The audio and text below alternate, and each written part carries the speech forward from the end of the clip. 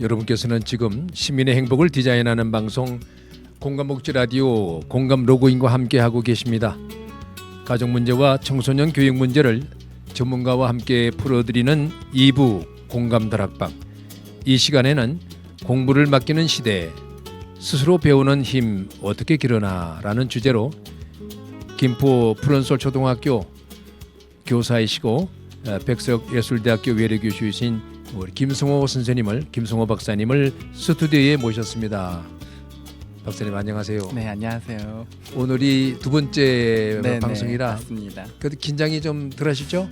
그렇지만 또 살짝 떨리는 마음은 있습니다. 네네.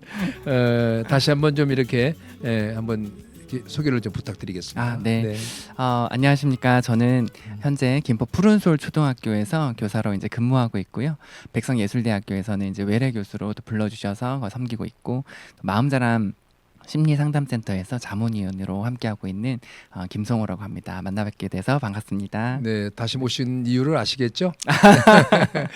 지난번 또 방송에서도 너무 유익한 방송을 또 해주셔서 다시 한번 그 모자람이 있었어요. 그래서 한번 더 듣고 싶어서 모셨고요.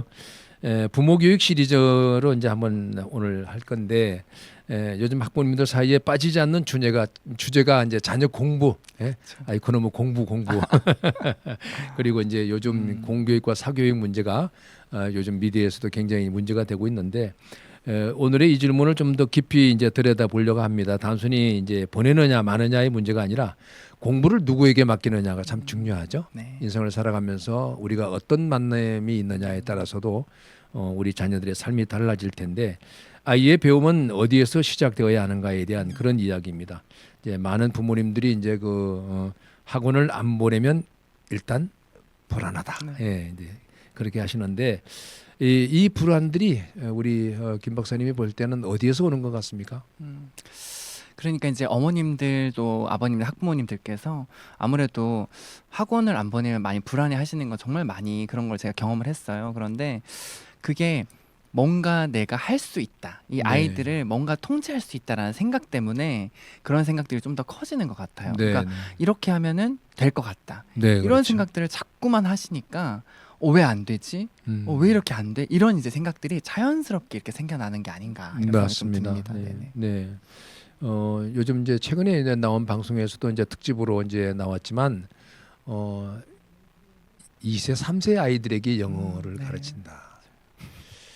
정신과의 그 전문의들에 의하면은 그 아이들이 이제 청소년기가 되었을 때는 아마 상당히 어떤 정신적인 그런 불안 내지는 정서 행동에 문제가 생길 것이다라는 것을 지적하고 있거든요. 우리 부모님들이 좀 그런 부분에 대해서도 좀 한번 좀 생각을 했으면 좋겠습니다.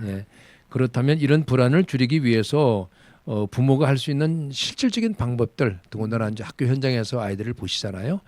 좀 더 실감나게 말씀하실 것 같은데 어떤 좀 그 실질적인 방법이 있을까요? 일단은 제가 아까 말씀드렸지만 그 부모님들께서 뭔가를 내가 할 수 있다라는 생각을 일단 조금은 내려놓는 게 좋다고 생각합니다. 왜냐하면은 그 시작이 사실은 교육이 뭔가 이거를 사실은 부모님들께서 조금만 생각을 해주시면 그 부분을 이해하실 수가 있거든요. 그렇죠. 사실은 교육이 가르칠 교의 길을 이루잖아요.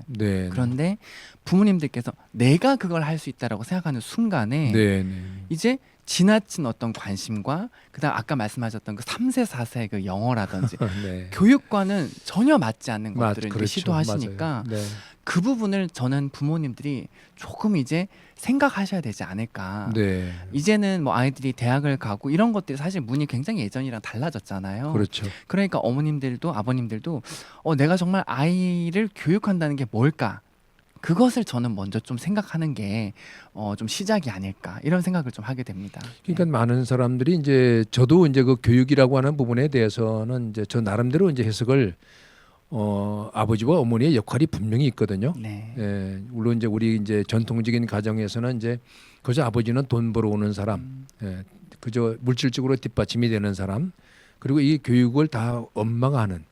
그러니까 교평과 자육을 다 어머니가 하는 걸로 인식이 되어 있는 이런 부분들을 제가 많이 강조를 하는데 많은 가정에 특히 청소년 사춘기에 그 학교 생활 부적응한다거나 정서 행동에 문제가 생기는 아이들을 보면 그 가정에서 아빠와 엄마의 역할이 이게 균형을 이루지 못하고 있다란 네, 말이죠. 예.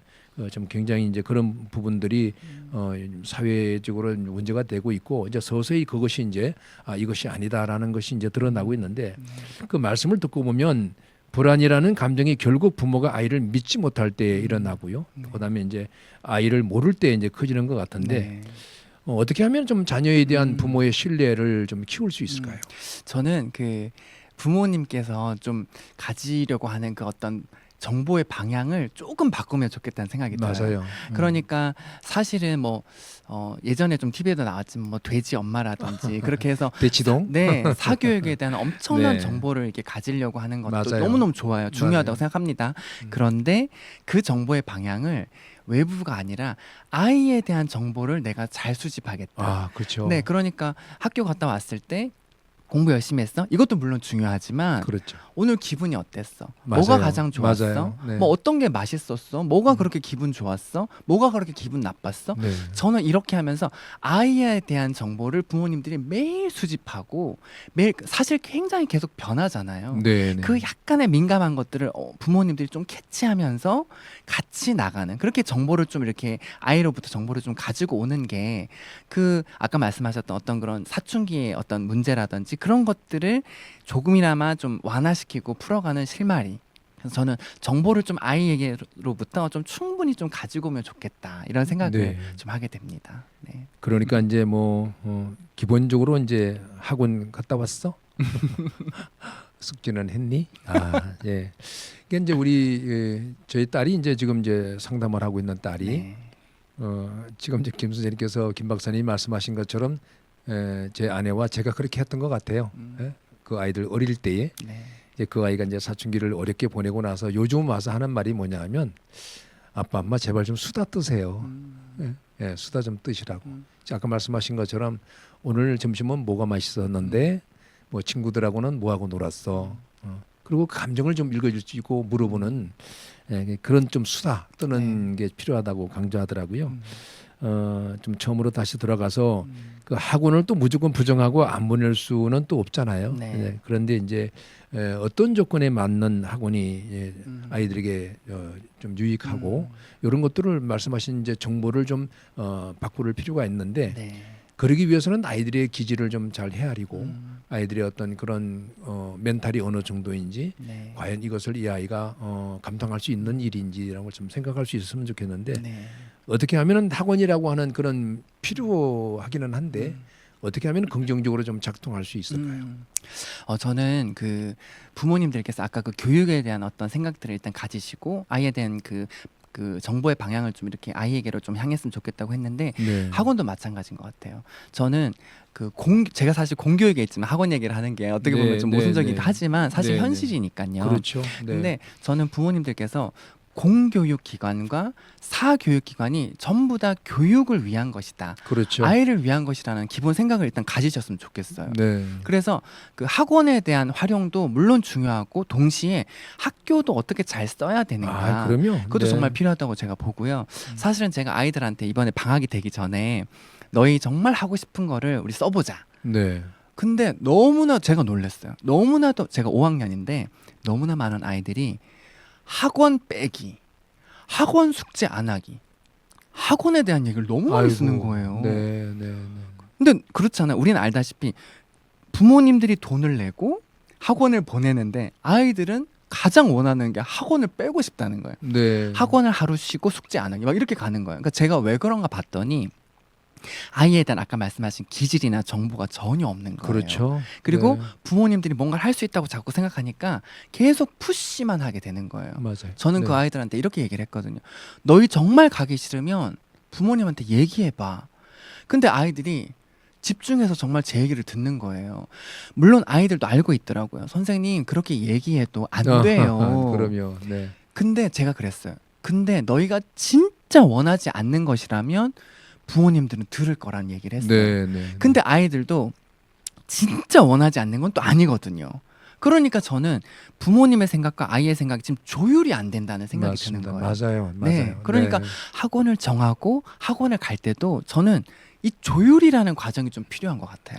학교도 마찬가지고요. 그래서 저는 먼저는 진짜 이 학원이 필요한지, 그리고 그러면 얼마나 갈지, 이런 것들이 저는 좀 현실화돼야 된다라는 좀 생각을 말씀드리고 싶습니다. 물론 이제 공교육에 계시는 분이 이제 학원 얘기를 꺼내는 자체도 좀 이제 어려우시겠지만 이제 더군다나 이제 앞으로의 시대는 AI 시대 같은 경우는 이제 많은 또 이제 아이들도 그렇지만 또 부모님들조차도 어떤 공교육의 분계를 자꾸 이제 강조하시면서 학교 교육의 무용론까지 얘기하는데 저는 아니라고 보는 게 사실 공동체 안에서 앞으로 다가올 시대를 준비하는데 굉장히 중요한 게 특히 관계 교육이잖아요. 이런 어떤 관계적인 측면에서의 어떤 역량을 키우는 것은 반드시 그런 학교 공동체가 필요하다는 거, 이걸 좀 명심했으면 좋겠고, 그다음에 또 이제 그 말씀하신 것처럼 사실 이제 학원도 꼭 어떤 그런 필요성에 맞게 지금 말씀하신 중에서 제일 제가 와닿는 얘기가 조율. 사실 우리 한국 사회가 이게 가정이든 사회든 이게 조율이 잘 안 되는, 그냥 단죄하고 그저 행동을 갖다가 이렇게 비평하고 평가하고 끝내버리는 이런 부분들이 많이 좀 아쉽죠. 그래서 진짜 학습, 배운다는 것이 무엇인지에 대한 이해가 이제 먼저라는 게 이제 중요하다고 생각하는데, 결국 중요한 건 아이가 사회 교육을 받느냐 마느냐가 아니라 진짜 교육과 배움이 언제 일어나는가, 또 어떤 시기에 어떤 교수 활동을 통해서 아이들의 어떤 이런 본질적인 문제가 해결되느냐가 이제 문제인데, 그렇다면 교육 현장에서 보시기에 아이가 배우는 상태, 그러니까 진짜 배움이 일어나는 순간은 물론 항상 다 이제 배움이 일어나는 순간이지만 언제가 가장 중요하다고 생각하세요? 저는 이 말씀을 이제 들어보니까 진짜 배움이 일어나는 순간은 진실한 순간이라고 생각해요. 제가 아이들한테도 여러 가지 이제 교육 그 활동들을 하지만 교사로서 또 어른으로서 제가 진심을 지금 얘기하는 순간에는 아이들이 듣더라고요. 아, 그럼요. 그리고 저는 부모님들한테도 그런 얘기를 해주거든요. 예를 들면 정말 특히 이제 뭐 성교육이라든지 이런 부모님이 하기 어렵지만 반드시 해야 되는 그런 얘기를 할 때는 지금 아이가 뭘 느껴야 되냐면 지금 우리 부모님이 나한테 진짜를 얘기해주고 있다. 진짜를 지금 얘기하고 있다라는 걸 느낄 때는 그걸 아이가 다 받아들이지 못하고 이해를 좀 못하더라도 거기에서는 진심이 이제 오가더라고요. 그러면 지금 부모님이 내가 진짜 이렇게 잘 되기를 원하는구나. 그걸 아이가 느끼거든요. 그때는 아이가 행동을 하더라고요. 그렇죠. 그 진심을 좀 얘기하고 싶습니다. 그러니까 그 진심이라고 하는 게 그저 막연하게 어떤 부모님들이 이거 해 저거 해 이렇게 가야 돼가 아니라 나를 알고 하시는 말씀이구나. 그런 진심이 좀 중요할 것 같아요. 맞아요. 그렇다면 이제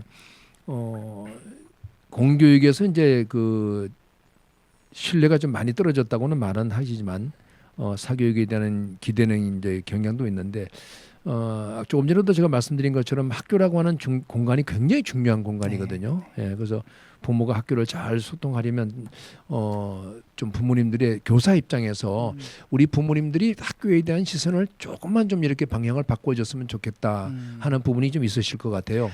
제가 아까 그 교육기관이라는 부분이 말씀드리면서 사교육도 하나의 교육기관이고 공교육도 기관이잖아요. 근데 사교육이란 기관은 굉장히 특수하다고 좀 말씀드리고 싶어요.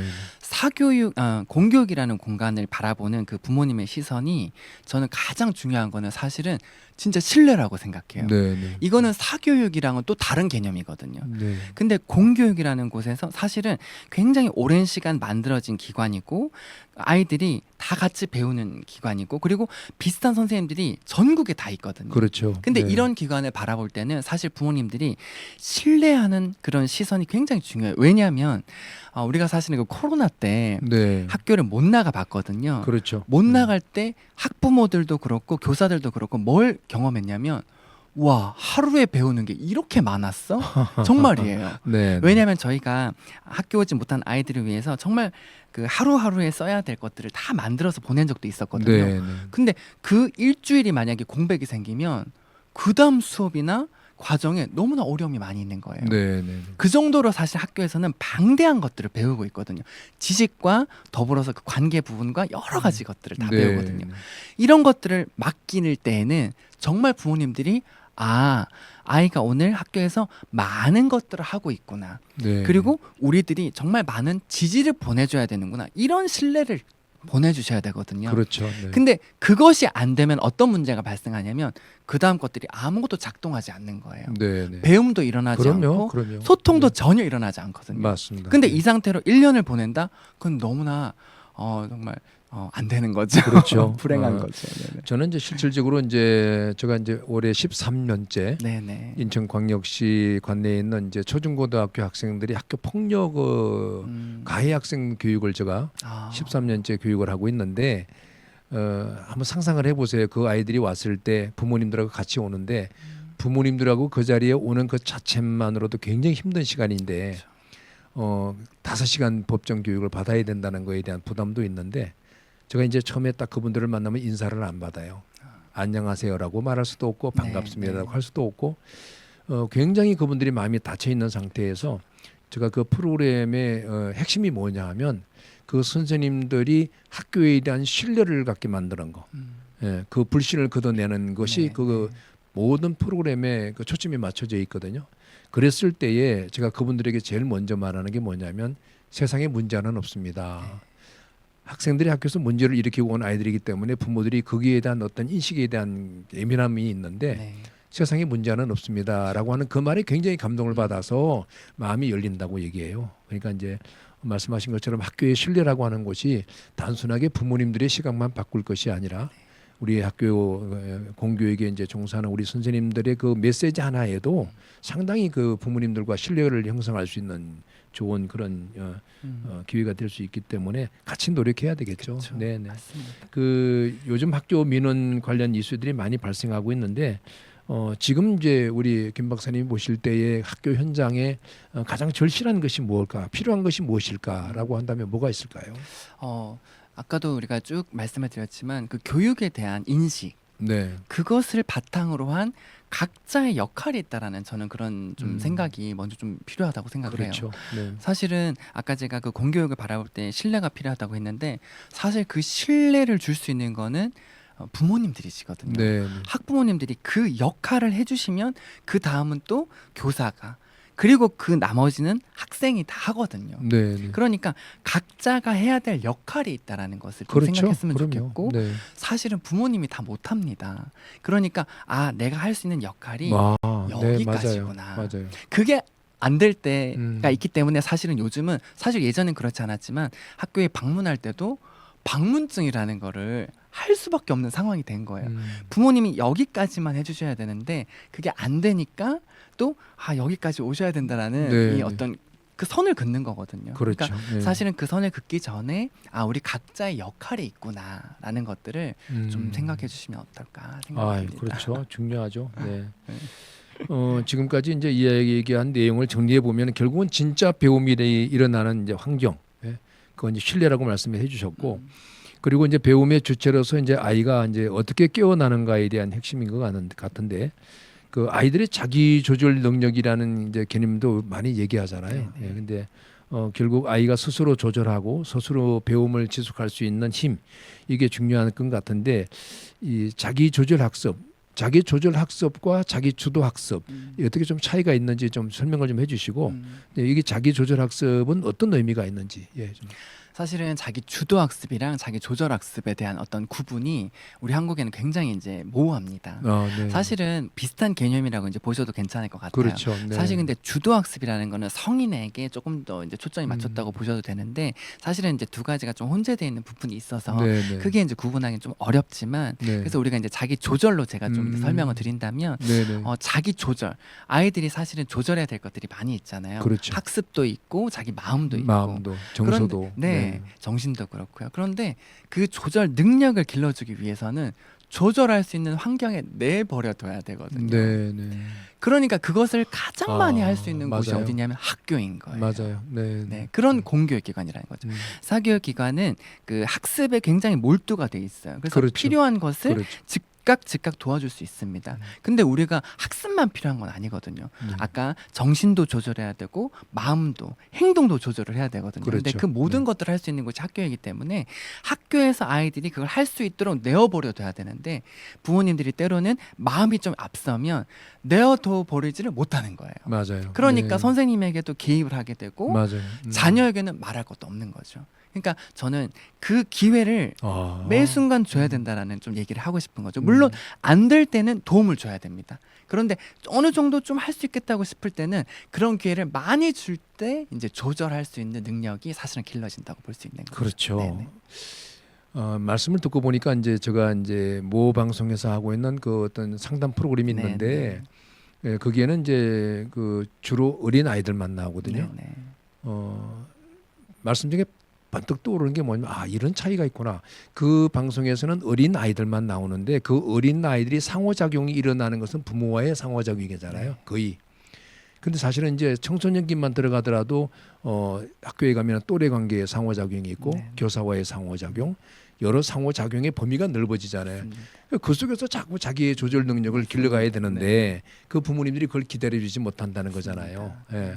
그래서 그 방송국에서는 그래도 제가 늘 궁금했어요. 왜 청소년은 안 나올까라고 생각했더니 이유가 있겠더라고요. 왜냐하면 청소년들이 나올 수가 없는 게 그 주체들이 다 나와야 되니까. 맞습니다. 네. 네. 혼자 할 수가 없거든요. 그럼요. 그래서 이 자기 조절 학습 사실은 이제 자기 주도 학습이라는 단어는 많이 들어봤기 때문에 내가 말씀드린 거고 자기 조절 능력을 학습을 자주 우리가 접하지는 않는데 오늘 너무 귀한 말씀해 주신 것 같아요. 그래서 좀 그 중에서도 이제 넌 어떻게 해볼 거야? 이럴 때 넌 어떻게 할 건데 지금 이런 상황에 넌 어떻게 생각해? 라는 이런 질문들을 부모들이 하기 쉽지 않거든요. 네.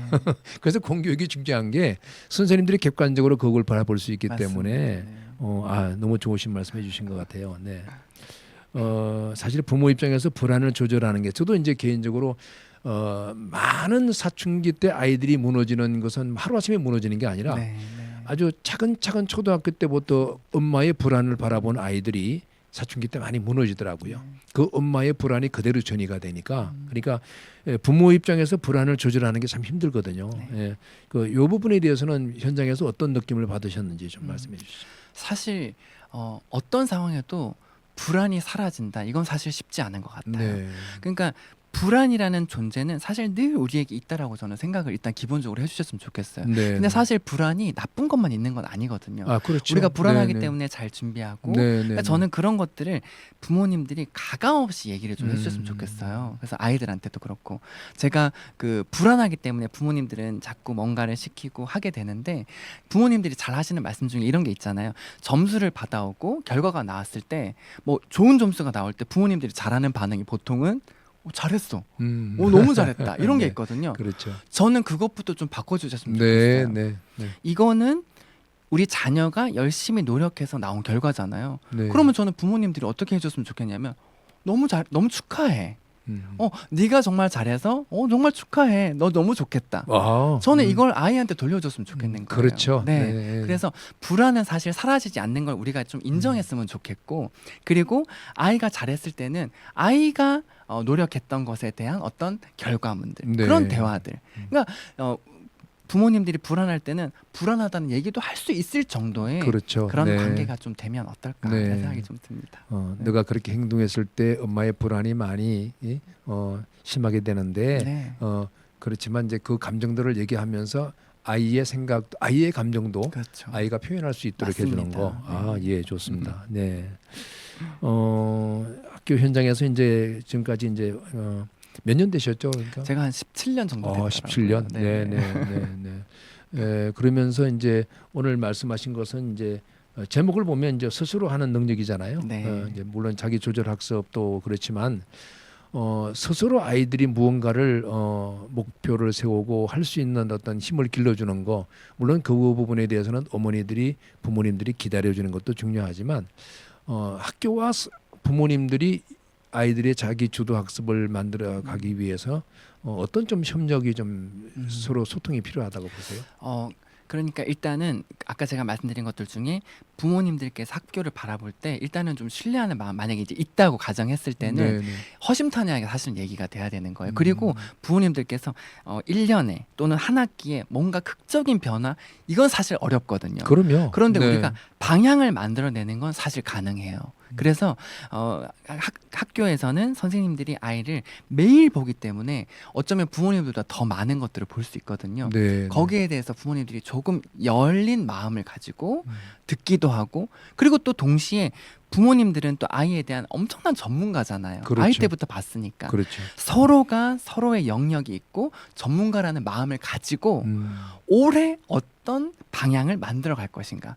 요런 그 한 스텝을 만들어 간다는 어떤 그런 관점으로 그 선생님과 좀 얘기를 한다면 그 한 스텝을 만들어낼 수는 있거든요. 네, 그래서 네. 아이가 예를 들어서 너무나 어떤 부분에 대해서 불안하거나 어떤 부분에 대해서 걱정을 하고 있다면 이번 학기에는 또는 이번 학년에는 그것을 어떻게 방향을 좀 만들어 갈지 이런 그 큰 관점에서 좀 얘기를 한다면 훨씬 더 많은 걸 할 수 있다고 저는 생각을 해요. 네, 그래서. 굉장히 중요한 말씀해 주신 게 저쪽 오늘 방송의 이제 핵심이 이제 일단은 신뢰를 해야 된다는 네, 부분이잖아요. 네. 지금 말씀하신 부분은 뭐냐면 부모님도 전문가다. 맞습니다. 네? 이런 인식을 갖는 게 중요할 것 같아요. 그 부모님도 전문가고 학교의 선생님도 전문가인데 서로의 역할은 분명히 있다. 맞습니다. 그 역할을 좀 나누는 데 있어서 이제 뭐 마지막으로 질문 드리는 게 뭐냐면 좀 짧게 하시는데 그 굉장히 긍정적으로 지금까지 17년간 교육 현장 계시면서 참 이런 부모님들은 참 현명한 부모님들이었다. 지금 말씀하신 서로 소통하는 부분에 참 잘 됐던 사례가 혹시 있나요? 이런 거죠. 그러니까 어머님도 전문가라는 관점에서 자기가 딱 봤을 때 이 아이에게 어떤 도움이 필요한 부분 그리고 선생님의 역할이 필요한 부분 이런 것들을 바로 얘기하시는 거예요. 네. 그랬을 때는 전문가와 전문가 사이에 바로 래퍼가 형성이 되는 거예요. 네. 그러면 전문가가 달라붙었기 때문에 이 아이를 어떻게 해야 될지는 바로 나오는 거예요. 네. 그러니까 저는 숨김없이 왜냐하면 선생님들도 아이들을 많이 보잖아요. 네. 부모님들도 많이 보거든요. 그렇죠. 숨김없이 이 아이를 내가 굉장히 객관적으로 얘기하고 있다는 인식을 줬을 때는 선생님도 훨씬 더 많은 것들을 제시할 수가 있게 되더라고요. 그렇죠. 네. 그래서 그런 얘기 좀 하고 싶습니다. 오늘 이제 공감 로그인에 이제 두 번째 출연하셔서 역시 이제 지난번 첫 번째 방송에서 이제 못다한 얘기를 해주셨는데 역시 오늘 이제 공감 다락방 함께 해주신 분은 김포 푸른솔 초등학교 백석예술대학교 외래교수로 계시는 우리 김성호 박사님께서 함께 해주셨는데 공부를 맡기는 시대 스스로 배우는 힘 어떻게 길어나라는 주제로 말씀을 해주셨습니다. 오늘 이제 주제의 말씀은 이제 학부모와 교사 간의 신뢰 그리고 그것이 아이들의 자연스러운 자기 조절 학습 능력을 길러 나가는 거 그런 말씀해 주셨는데 오늘 정말 감사합니다. 너무 귀한 말씀해 주셨습니다. 네, 공감 다락방 함께 해주신 청취자 여러분 다음 주 이 시간까지 평안하십시오. 대단히 고맙습니다.